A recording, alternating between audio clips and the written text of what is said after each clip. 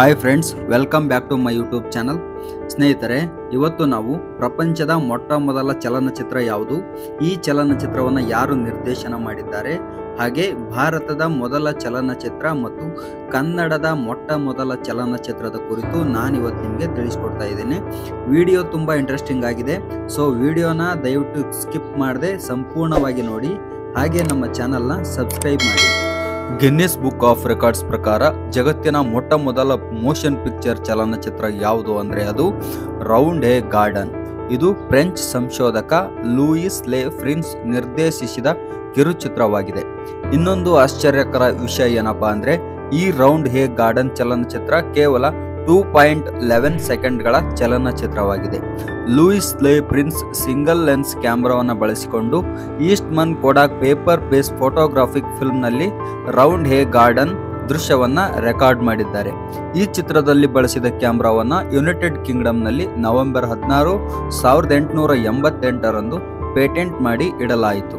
Round A garden ಕೇವಲ 2.11 ಸೆಕೆಂಡ್ಗಳ ಚಿತ್ರವಾಗಿದೆ. ಆದರೆ ಪ್ರಪಂಚದಲ್ಲಿ ಸಂಪೂರ್ಣ ಚಿತ್ರೀಕರಿಸಿದ ಮೊಟ್ಟ ಮೊದಲ ಸಿನಿಮಾ ಯಾವುದು ಅಂದರೆ ಅದು ಲವ್ವಿಂಗ್ ವಿನ್ಸೆಂಟ್ ಚಲನಚಿತ್ರ. ಇನ್ನು ಭಾರತದಲ್ಲಿ ತಯಾರಾದ ಮೊಟ್ಟ ಮೊದಲ ಸಿನಿಮಾ ಯಾವುದು ಅಂದರೆ ಅದುವೇ ರಾಜ ಹರಿಶ್ಚಂದ್ರ. ಈ ಚಲನಚಿತ್ರ ಮೇ 3, 1913ರಂದು ಬಿಡುಗಡೆಯಾಯಿತು. ಈ ಚಲನಚಿತ್ರವನ್ನು ದಾದಾ ಸಾಹೇಬ್ ಫಾಲ್ಕೆ ಅವರು ನಿರ್ದೇಶನ ಮಾಡಿದ್ದಾರೆ.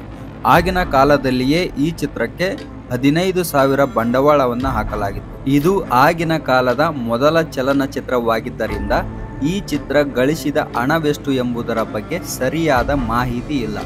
ಇನ್ನು ಕನ್ನಡದ ಮೊಟ್ಟ ಮೊದಲ ಚಲನಚಿತ್ರ ಯಾವುದು ಅಂತ ನೋಡೋದಾದ್ರೆ ಅದುವೇ ಸತಿ ಸುಲೋಚನಾ.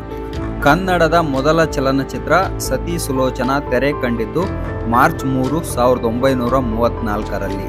ಆದರೆ ಅದಕ್ಕಿಂತ ಮೊದಲು ಸಿದ್ಧವಾಗಿ ಸೆನ್ಸಾರ್ ಅನುಮತಿಯನ್ನು ಪಡೆದಿದ್ದ ಚಿತ್ರ ಭಕ್ತ ಧ್ರುವ. ಆದರೆ ಮೊದಲು ತೆರೆ ಕಂಡಿದ್ದು ಸತಿ ಸುಲೋಚನಾ. ಆದ್ದರಿಂದ ಚಲನಚಿತ್ರ ಇತಿಹಾಸದಲ್ಲಿ ಮೊದಲ ಚಿತ್ರವಾಗಿ ದಾಖಲಾಗುವ ಅದೃಷ್ಟ ಸತಿ ಸುಲೋಚನಾ ಚಿತ್ರದ್ದಾಗಿದೆ. ಸತಿ ಸುಲೋಚನಾ ಚಿತ್ರವನ್ನು ನಿರ್ಮಿಸಿದವರು ರಾಜಸ್ಥಾನದಿಂದ ಬಂದು ನೆಲೆಸಿದ್ದ ಜಮಲ್ಲಾಲ್ ಡೋಂಗಾಜಿ ಎಂಬುವರು. ಇವರು 1932ರಲ್ಲಿ ಸೌತ್ ಇಂಡಿಯಾ ಮೂವಿ ಟೋನ್ ಎಂಬ ಚಿತ್ರ ನಿರ್ಮಾಣ ಸಂಸ್ಥೆಯನ್ನು ಸ್ಥಾಪಿಸಿದರು. ಈ ಚಿತ್ರದ ನಾಯಕ ಕನ್ನಡದ ಮೊಟ್ಟ ಮೊದಲ ನಟ ಸುಬ್ಬಯ್ಯ ನಾಯ್ಡು ಅವರು.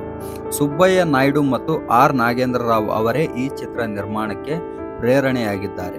ತೆಲುಗು ಭಾಷೆಯಲ್ಲಿ ಮೂಕಿ ಚಿತ್ರಗಳನ್ನು ನಿರ್ಮಿಸಿದ್ದ ವೈ.ವಿ. ರಾವ್ ಅವರು ಈ ಚಲನಚಿತ್ರವನ್ನು ನಿರ್ದೇಶನ ಮಾಡಿದ್ದಾರೆ. ಈ ಚಿತ್ರಕ್ಕೆ ಚಿತ್ರಕಥೆ ಮತ್ತು 16 ಹಾಡುಗಳನ್ನು ರಚಿಸಿದವರು ಬೆಳ್ಳಾವೆ ನರಹರಿ ಶಾಸ್ತ್ರಿ ಅವರು.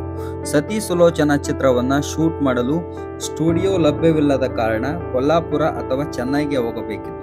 ಚಿತ್ರತಂಡದವರು 1933ರಲ್ಲಿ ಕೊಲ್ಲಾಪುರಕ್ಕೆ ಹೋಗಿ ಅಲ್ಲಿನ ಛತ್ರಪತಿ ಶಿವಾಜಿ ಸ್ಟುಡಿಯೋದಲ್ಲಿ ಚಿತ್ರೀಕರಣ ನಡೆಸಿದರು. ಈ ಚಿತ್ರೀಕರಣ 2 ತಿಂಗಳು ನಡೆಯಿತು ಮತ್ತು ಒಟ್ಟು 40,000 ರೂಪಾಯಿ ವೆಚ್ಚದಲ್ಲಿ ಚಿತ್ರ ನಿರ್ಮಾಣವಾಯಿತು. ಈ ಸಿನಿಮಾ 173 ನಿಮಿಷದ್ದಾಗಿದೆ.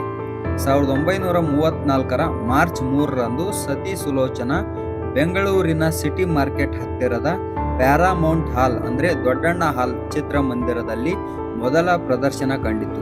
ಈ ಚಿತ್ರ ಸತತ 8 ವಾರಗಳ ಕಾಲ ಚಿತ್ರಮಂದಿರದಲ್ಲಿ ಹೌಸ್ಫುಲ್ ಪ್ರದರ್ಶನ ಕಂಡಿತ್ತು. ಆ ಕಾಲದಲ್ಲಿಯೇ ಈ ಚಿತ್ರ 1 ರಿಂದ 1.5 ಲಕ್ಷವರೆಗೂ ಗಳಿಕೆ ಮಾಡಿತ್ತು ಎಂದು ಹೇಳಲಾಗಿದೆ. ಪ್ಯಾರಾಮೌಂಟ್ ಹಾಲ್ ಇದು ಕರ್ನಾಟಕದ ಮೊದಲ ಚಿತ್ರಮಂದಿರವಾಗಿದೆ. ನಂತರ ಇದರಲ್ಲಿ ಪರಿಮಳ ಮತ್ತು ಪ್ರದೀಪ ಎಂಬ 2 ಹೊಸ ಸಿನಿಮಾ ಥಿಯೇಟರ್ಗಳನ್ನು ಪ್ರಾರಂಭಿಸಲಾಯಿತು.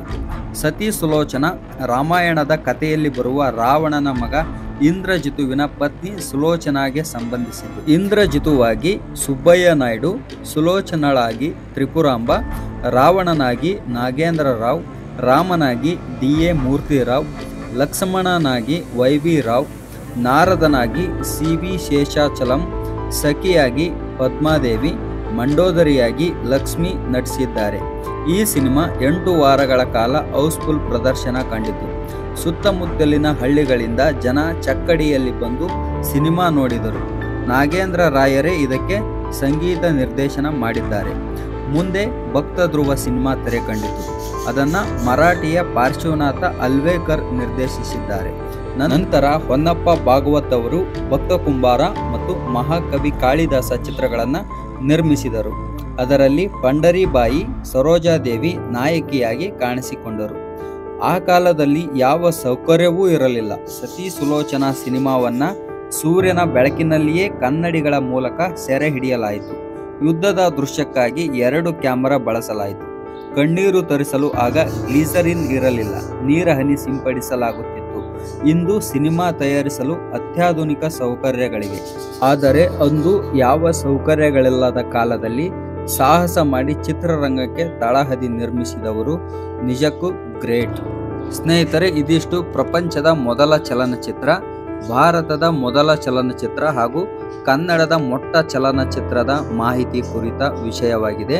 ಮುಂದಿನ ವಿಡಿಯೋದಲ್ಲಿ ಮತ್ತೊಂದು ಮಾಹಿತಿಯೊಂದಿಗೆ ಭೇಟಿ ನೀಡ್ತೇನೆ ಅಂತ ಹೇಳ್ತಾ ವಿಡಿಯೋವನ್ನು ಮುಗಿಸ್ತಾ ಇದ್ದೀನಿ. ಧನ್ಯವಾದಗಳು.